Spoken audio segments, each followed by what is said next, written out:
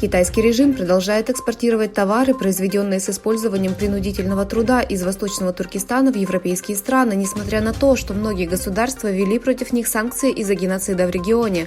Согласно сообщению от 6 января 2023 года, размещенному на сайте китайской пропагандистской сети Танрыдак, количество поездов, следующих через пограничный переход Коргас в Восточном Туркестане в Европу, увеличилось в разы, а грузоподъемность китайской железнодорожной компании China Railway, включая товары повседневного спроса, автозапчасти и электронику, была увеличена за счет Синьцзянского участка.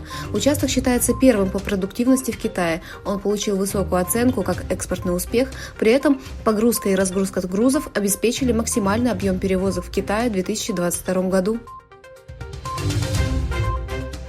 Народно-освободительная армия Китая провела военные учения в Восточном Туркестане при температуре 20 градусов ниже нуля 5 января, а до этого новые учения состоялись 3 января. Был испытан танк следующего поколения модели 99А. Танк Народно-освободительной армии Китая 99А является новым типом боевого оружия, сочетающим в себе высокую мобильность, цифровые системы и оптическое вооружение, что представляет собой иллюстрацию быстрой модернизации вооруженных сил Китая. Кан Цюаньчэн, директор комиссии здравоохранения Хэнани, третий по численности населения провинции Китая, которая открыла свои границы для международных рейсов в минувшие выходные после отказа от политики нулевого ковида, сказал, что почти 90% населения провинции страдает от коронавируса. По состоянию на 6 января уровень заражения COVID-19 в регионе составлял 89%, сказал Цюаньчэн. В провинции Хэнань, где проживает 99 миллионов человек, это означает, что 88 миллионов жителей являются больными.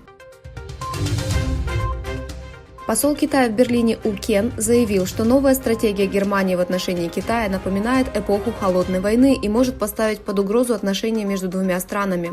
В то время как Китай был крупнейшим торговым партнером Германии в течение последних 6 лет, немецкая общественность обсуждала экономическую зависимость от Китая. В особенности после того, как недавняя энергетическая зависимость от России привела к энергетическому кризису. Министерство экономики и защиты климата Германии работает над изменением экономической стратегии страны для взаимоотношений с Китаем.